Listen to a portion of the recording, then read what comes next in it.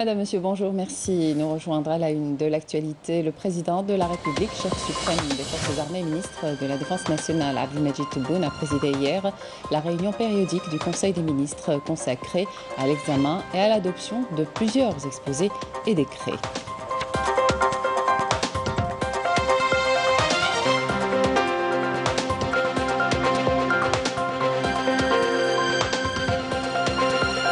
L'Université d'Algérie 3 a organisé une journée d'études sur les contributions de feu professeur Brahim Brahimi en matière de liberté de la presse. On aura également l'occasion de vous présenter une autre école et un vivier qui a permis la formation de grands journalistes, le magazine Révolution africaine, né en 1963.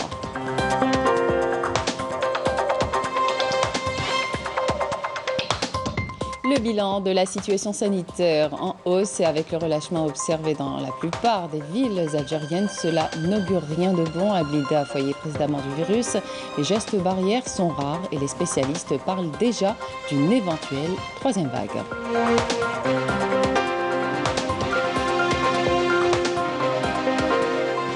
Mois du patrimoine, on vous fait pénétrer la salle de bronze du musée des Beaux-Arts d'Alger. On y trouve plusieurs collections, dont celle du sculpteur Auguste Rodin, parfois fragilisée par le vieillissement et nécessite l'intervention de spécialistes.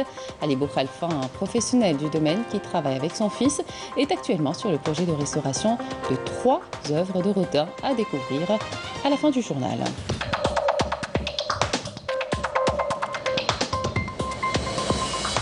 Bienvenue à tous. Le président de la République, chef suprême des forces armées, ministre de la Défense nationale, Abdelmadjid Tebboune, a présidé hier la réunion périodique du Conseil des ministres consacrée à l'examen et l'adoption de plusieurs exposés décrets. Il a mis l'accent sur la nécessité de mettre en place un plan de prévention sanitaire à l'occasion des législatives du 12 juin prochain. Le chef de l'État a ordonné la définition d'un calendrier clair pour la mise en œuvre du projet de réforme hospitalière, la création d'un nouveau réseau de statistiques dans le secteur du commerce, l'accélération du lancement de la Banque de l'Habitat et l'engagement du dialogue avec les différents partenaires sociaux. Le compte rendu avec Nesrine Saidi. L'ouverture du dialogue avec les différents partenaires sociaux pour l'examen de la situation socio-professionnelle du personnel de la santé.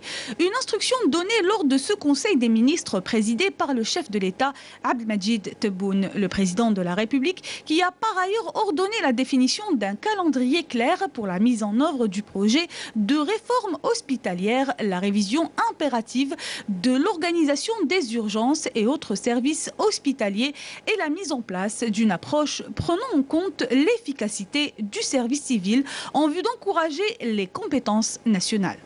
D'autres projets ont été validés lors de ce Conseil des ministres touchant à l'instar du secteur de l'éducation nationale où le chef de l'État a insisté sur l'engagement d'un dialogue avec les différents partenaires sociaux pour améliorer la situation socio-professionnelle des employés et revoir également le statut particulier de l'enseignant.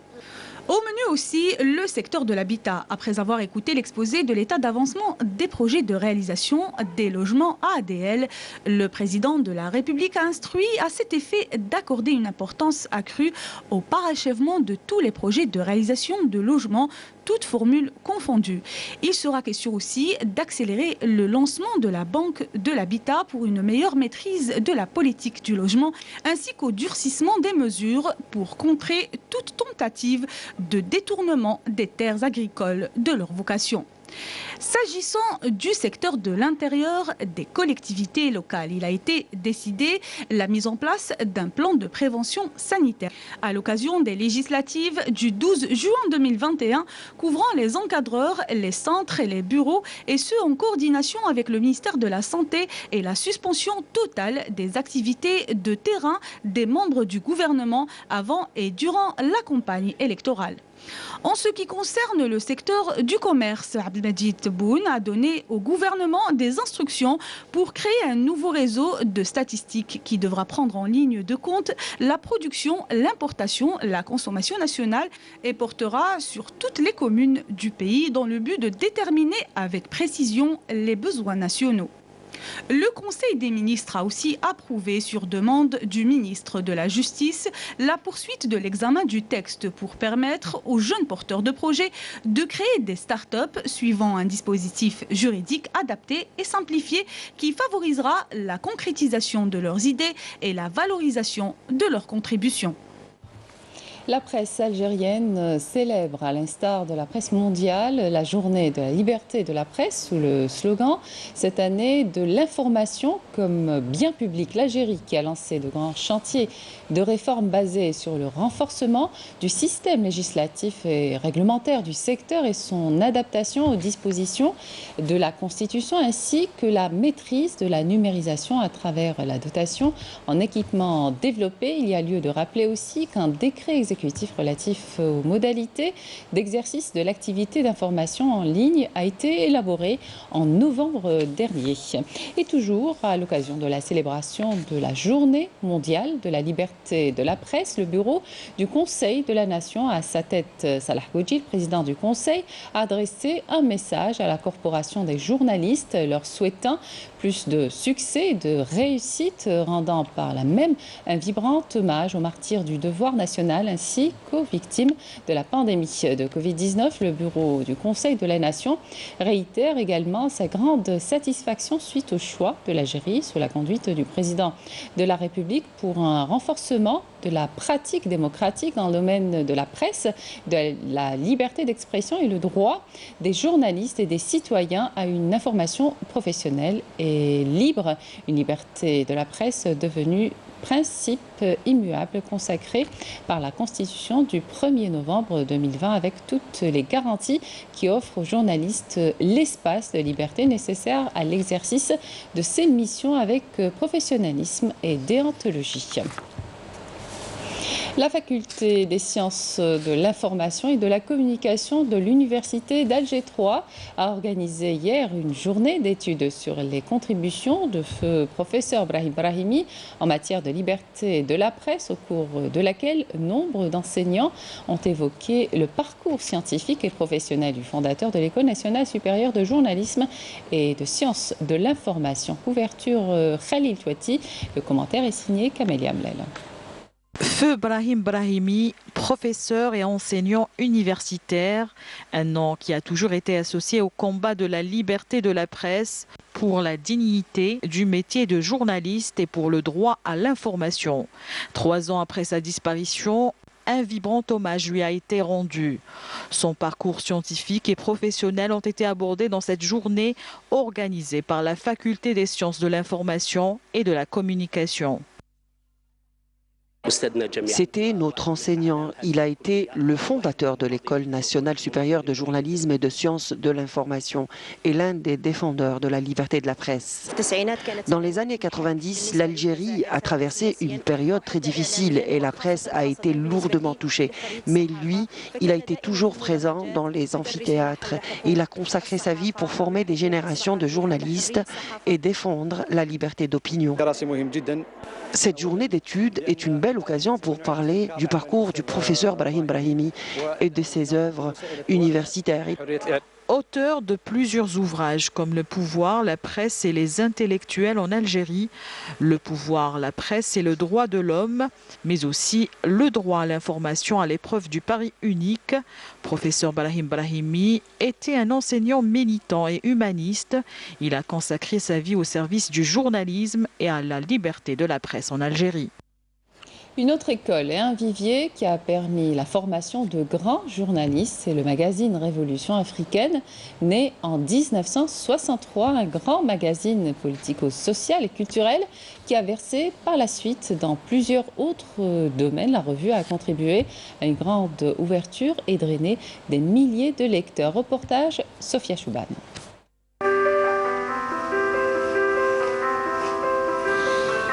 Fondé en 1963, le périodique mensuel Révolution africaine est arrivé dans un contexte post-indépendant.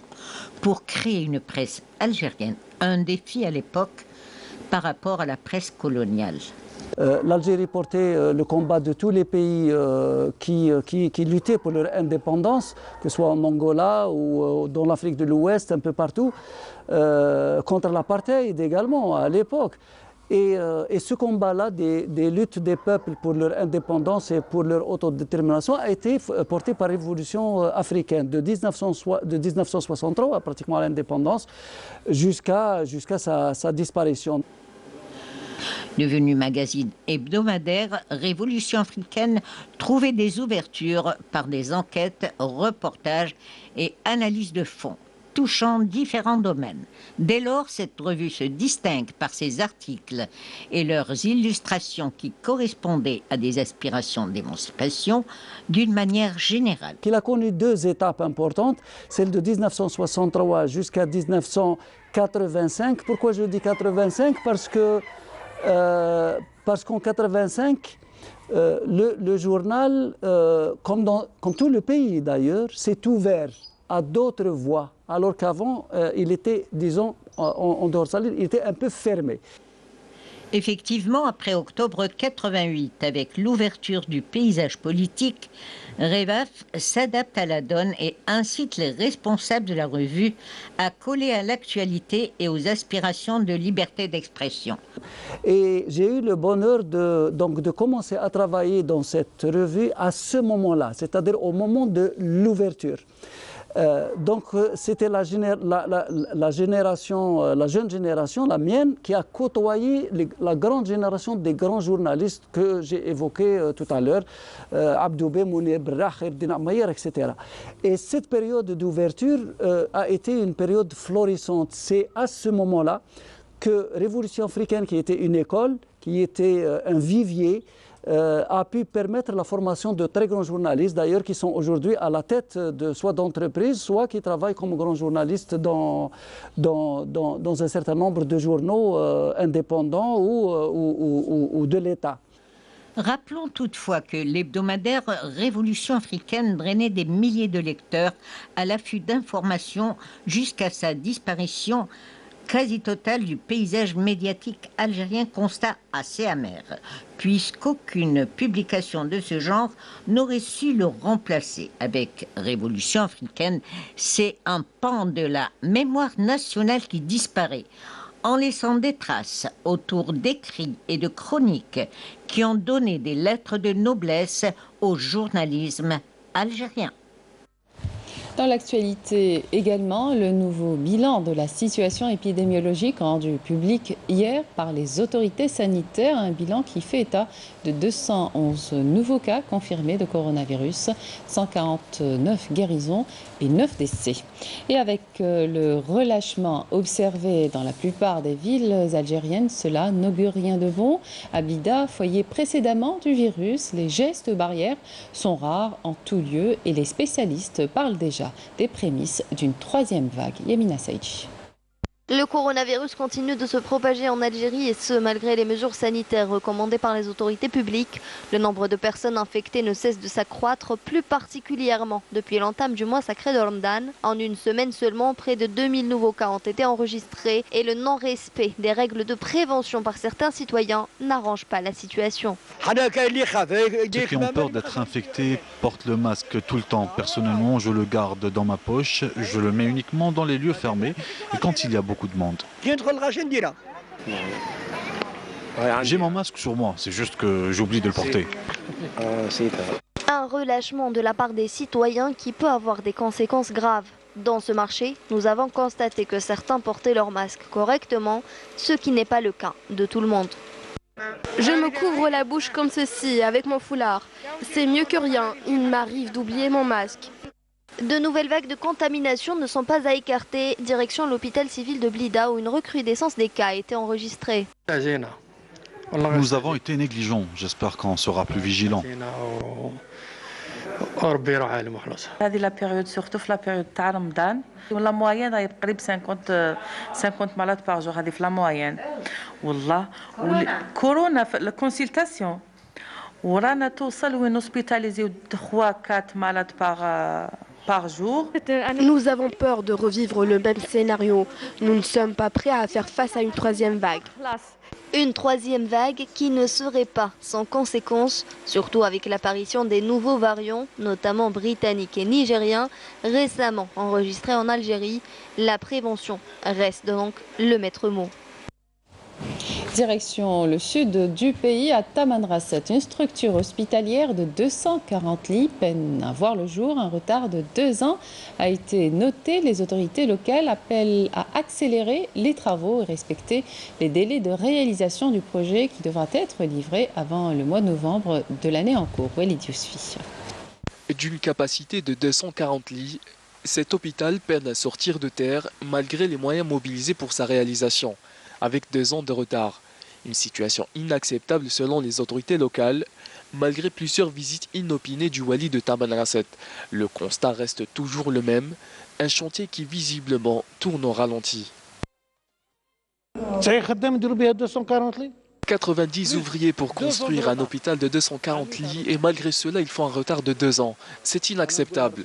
Je vous l'ai dit officiellement. Le 1er novembre, nous avons la manifestation économique de la CIHAR qui va rassembler au minimum 10 pays africains. Cet hôpital doit être livré avant cette date. Il y a beaucoup de malades ici.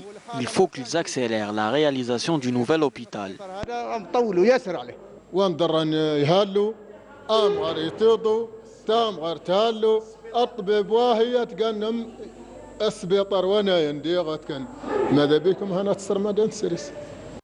Une enveloppe financière de 5,2 milliards de dinars a été mobilisée pour la réalisation de cette structure hospitalière.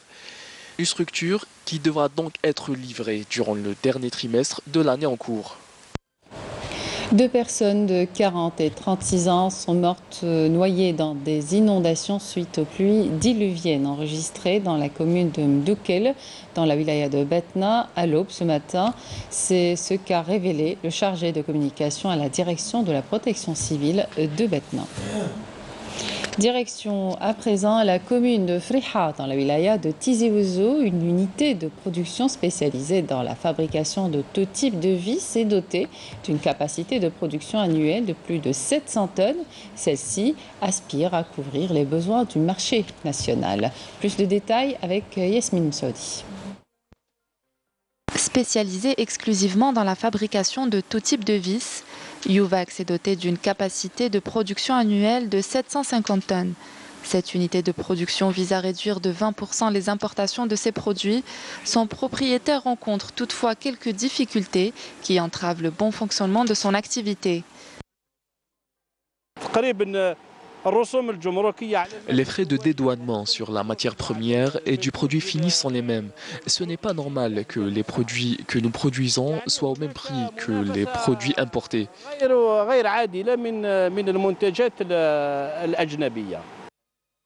C'est grâce à l'Agence nationale de développement de l'investissement que cette unité de production a vu le jour, qui compte aujourd'hui pas moins de 14 employés. Je travaille ici au niveau de l'administration. Je viens en aide également aux gérants et aux commerciaux. Je m'occupe du traitement thermique des matériaux. Actuellement, nous avons 14 employés, un nombre qui sera revu à la hausse. C'est à travers des techniques de production modernes que cet investisseur aspire d'ici quelques années à couvrir les besoins du marché local et pourquoi pas national. Et en matière d'investissement agricole, les agriculteurs de Oued Mbarek dans la wilaya de Djelfa ont réussi à enregistrer des résultats positifs dans toutes les filières et ce malgré les difficultés auxquelles ils doivent régulièrement faire face. Mohamed Chouki Bounif, Bouchra Boli. À Djelfa, la commune de Benhar abrite Oued Mbarek, l'une des régions agricoles les plus importantes du pays. Elle recèle un fort potentiel, notamment en matière d'arboriculture. De nombreux agriculteurs, à l'instar de Hadj Issa, ont investi leur temps et beaucoup d'argent dans ce type d'exploitation, et ce en dépit des multiples pierres d'achoppement qu'ils rencontrent sur leur chemin vers un investissement plus rentable. Nous avons planté des oliviers, des abricotiers et nous faisons également de l'élevage de cheptel. L'agriculture marche très bien. Dans l'ensemble, la commune de Benhar a un important potentiel agricole. Si seulement on nous sortait de notre isolement à travers la réalisation de routes. Le développement ne peut en aucun cas se faire sans route. Pour sortir Benhar de son isolement, de nombreux projets sont inscrits dans le cadre du programme de développement de cette région. Il est également question de soutenir les agriculteurs pour leur permettre de réaliser un meilleur rendement. Dans cette région précisément, où la route est indispensable aux agriculteurs, nous avons enregistré environ 12 km à réaliser. La région, qui est répertoriée comme zone d'ombre, bénéficiera de ce projet. Un projet censé réduire les inégalités entre les zones urbaines et les zones rurales et permettre à ces dernières de contribuer à la transformation du paysage économique national, axé sur d'autres secteurs et qui se veut moins dépendant des hydrocarbures. Et puis cette triste nouvelle, l'acteur Blaha Benzien, plus connu sous son pseudonyme, Nouri, est décédé hier soir à Oran, figure très appréciée du public algérien. Blaha Benzien est connu pour ses rôles dans des séries télévisées dont Ashur al-Ashir et les sketchs avec Salah Ougrout dans Jamaï Family. Il avait été hospitalisé pour des problèmes cardiaques à l'hôpital militaire d'Oran où il devait subir une opération chirurgicale pointue.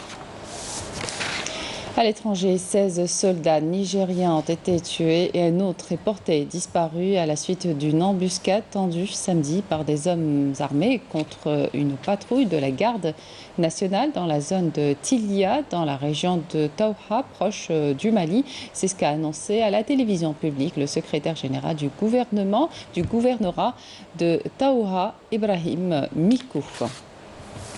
Des trains spéciaux en Inde, les Oxygène Express transportent des citernes d'oxygène cryogénique contenant de l'oxygène médical liquide vers les États les plus touchés. Le nombre de cas de Covid-19 en Inde depuis le début de la pandémie avoisinait les 20 millions lundi, alors que les hôpitaux saturés et à court d'oxygène peinent toujours à sauver des malades malgré l'aide des autorités et de l'étranger. En Grande-Bretagne, une foule sans masque et sans distanciation sociale participe à des concerts après avoir montré un test Covid négatif de moins de 24 heures. Ce festival à Liverpool fait partie d'une expérimentation pour tester la sécurité des grands événements avant la levée des restrictions prévues le 21 juin par le gouvernement. Retour en Algérie avec le mois du patrimoine. On vous fait pénétrer la salle de bronze du musée des Beaux-Arts d'Alger.